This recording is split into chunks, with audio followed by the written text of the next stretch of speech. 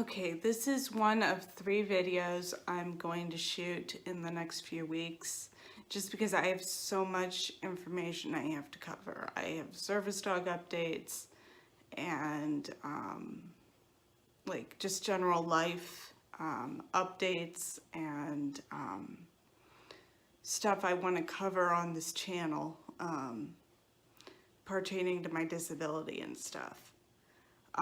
This video today is essentially my rundown of what happened to me last week while trying to buy concert tickets, and I'm putting it up here because it does relate to my disability and something that sometimes happens to me as a concert goer. And I'm going to also show you what I do to get ready for concerts and to deal with stuff.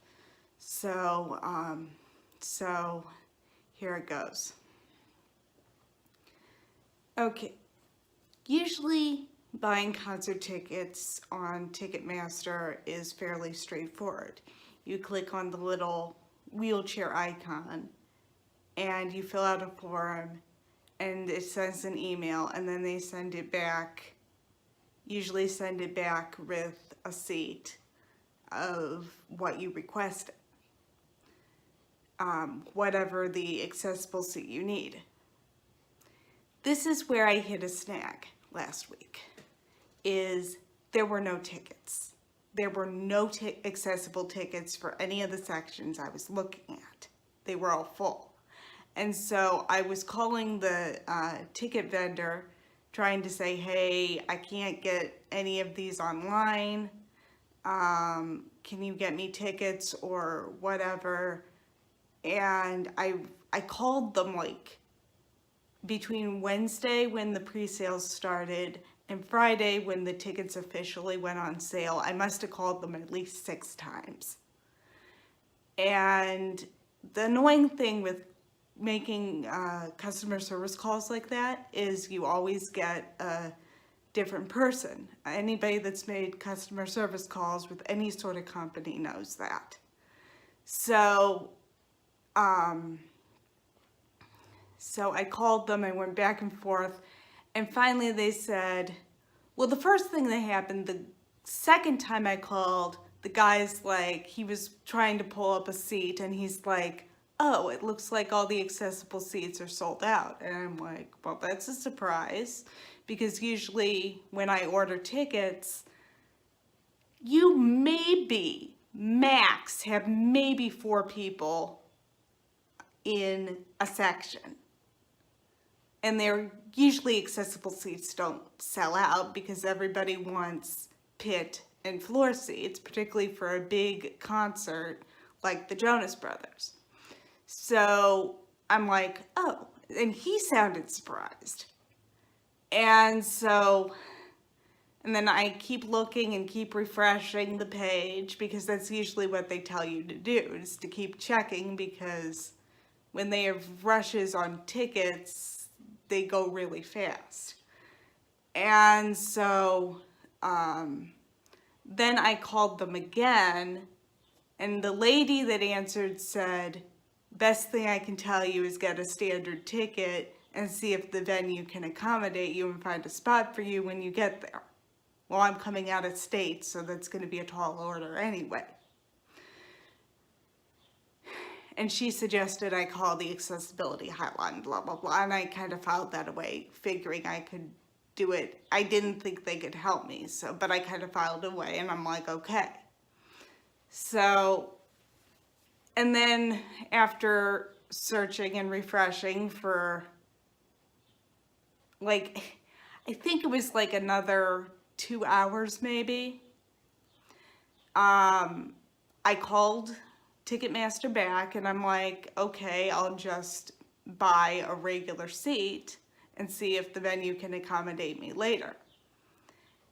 And then this was where it got interesting. I tried to buy the seat twice, and the website was like completely, the queue and system for getting tickets online was like completely down. It wouldn't even let me back in the queue to order a ticket. So I was going to call the venue and tell them about that, or the venue, the Ticketmaster, and tell them about that and just order the ticket over the phone and say, this is what I want, blah, blah, blah. And so, and then I was like, oh, what the heck, I'll call the venue and call the accessibility hotline before I call, while I'm waiting for Ticketmaster to come all back. I was going to call the venue really quick and see if they could clarify a few things for me. And I was thinking, oh, they won't be able to help me, so this will take 5 minutes. So I got through to the venue really fast, which means there was somebody at the desk to answer the phone, and they weren't putting me on hold or anything. And the guy asked me what I want, and I told him, can you get me a ticket for the Jonas Brothers on September 14th, which is when the concert is. And he's like, sure, no problem. And I'm like, and I was trying to explain that Ticketmaster had said there were no seats left, and he's like, well, we got seats and I can get you one. And I'm like, great. And so I pretty much took the first seat he offered me, which I usually, when I go for concert tickets, I go for the best seat they can get me, which is usually hit or miss when you're talking about wheelchair seats, because they usually shove you in the back. Anybody that's gone to concerts knows that.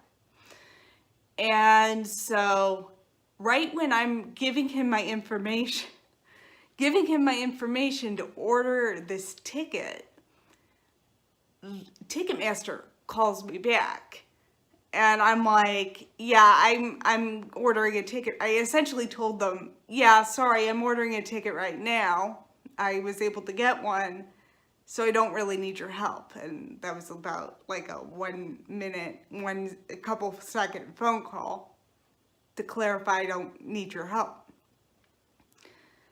So long story short, I got the ticket, and it should be here by next week. Well, later this week, since today's Sunday. But actually, since it's not coming from too far away, it should be here by tomorrow. So I will probably be checking my mailbox at some point tomorrow. Because I actually have a lot of stuff I have to do tomorrow. So that's pretty much it. I am going to see the Jonas Brothers. And they actually released more dates, and they're doing another show in Chicago. So I really wanted to go to that one as well. That's in December.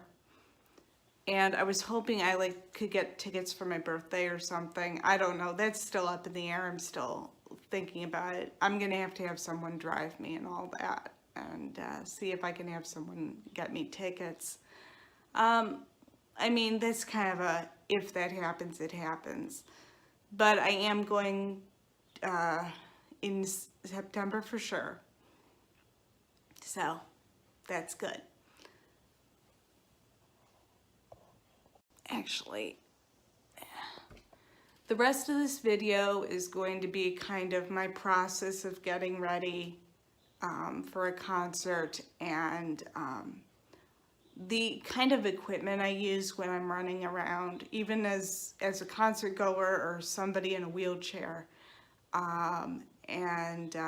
So I hope you enjoy me showing you what I use.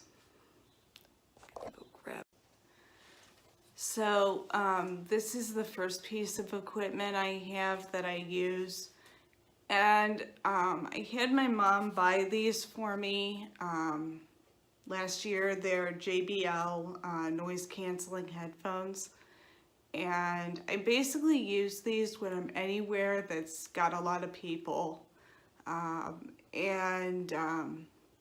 it's really noisy, because excessive noise really aggravates my anxiety and my stress level. And, well, the first question I'm going to get is, if that bugs you, why do you go to concerts? Because I like the music and the atmosphere of it, just not necessarily the shouting and screaming, continuous screaming, and kind of the continuous droning noise. That's what really bugs me. But these have really helped a lot when I've been going out in very noisy places. Even if I don't have the Bluetooth running through these, which sometimes I'm in a building that the Bluetooth doesn't even pick up, it will muffle the noise enough I can manage. I wish I had had these even when I started going to a lot of rock concerts, just because going to rock concerts is hard on your ears. So even if you're enjoying what you're going to see. So these will definitely be going with me. These actually need to be charged because I only use them every few months when I go to something, and I've been using them when I go to my dad's conventions and stuff, because sometimes those get fairly noisy and hectic. And so they need to be charged before next week sometime. And it's just a Bluetooth, a standard USB charger, so that's that.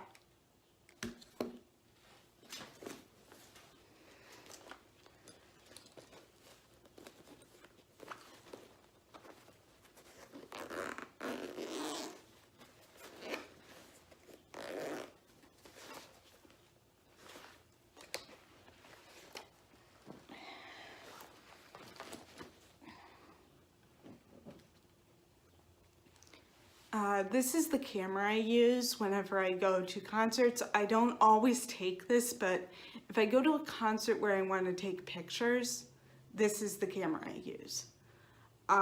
It's a Sony Handycam, and it's actually quite old. I got this in the early to mid 2000s, and it's seriously one of my best cameras. It's probably not, the Retina display probably isn't as good as a phone, but it does its job, and it's got one heck of a zoom lens on it. Let's just say I can get front row pictures of the artist if I'm sitting in the mezzanine, which I usually am when I go to concerts, because that's where they usually put wheelchairs. So this has been my best friend for a lot of my concerts, and I actually got in trouble at the local venue downtown because one of the ushers saw me with it and thought I was taking video. And this is a pretty substantial camera, and it's not a professional grade camera at all. The thing that drives a lot of venues nuts is if you have like the big heavy duty zoom lenses, they're the detachable lenses, blah, blah, blah. I'm sure some of the other digital cameras will get their dander up as well. But this is the camera I use, and I have a carrying case for it. And I essentially hang this on my wheelchair and actually put it inside the bag I have on my wheelchair. I have a mesh bag on my wheelchair that I just carry stuff in. These and my camera will go into my bag and stuff like that. And I have my camera and a lot of other things. So I mean, that's usually how I have to make sure I have that stuff ready to go, and I have all that stuff ready to go, and I carry that with me, and hopefully the security doesn't throw a fit about it, which is why I kind of hide my camera a little bit when I go through security if I have to. I usually hide part of my stuff so they can kind of glance at it, but they don't look at it too closely. I mean, it's not like I'm trying to conceal a weapon. I mean, the only thing that I got taken away from me at a concert was an umbrella, and I never got the umbrella back because I went out a different gate than I came in. And that was at my first Jonas Brothers concert. But when I go to a concert, I usually just keep stuff in my bag. And usually for a lot of people, that's a big no-no, because a lot of concerts now, they don't like it when you're carrying big bags because that's easy to conceal anything, like guns and stuff. But usually most people in wheelchairs can get away with a lot. Like they can carry bags and stuff like that, bigger bags and stuff. So I usually just keep stuff in my bag when I'm going to shows and stuff. If I go down there and I'm training the dog at the same time, my bag's going to be a mess because I'm literally going to be carrying everything. Not everything I need for those 2 weeks, but a lot of the stuff I need for those 2 weeks when I'm going back and forth is going to be in there. I'm going to have camera, I'm going to have my phone, this phone, for obviously shooting YouTube videos when I can, and so we'll see how that ends up going. But I just, it's not much, but it helps with my experience, and helps me have like as normal of a concert experience, even though I'm not in the floor on the front row. And so that's what I like about it. The other thing I do, even if I'm further away from the stage, is I angle my wheelchair towards the stage so I can shoot my camera straight. I'm actually, I've gotten to a point where I can figure out the angle between my seat and the stage, and I can shoot my camera and zoom it straight down into the pit so I can get really good pictures. I did that on a couple of shows. I did that during the show that the usher yelled at me, and she let me keep my camera, so I can usually get away with that at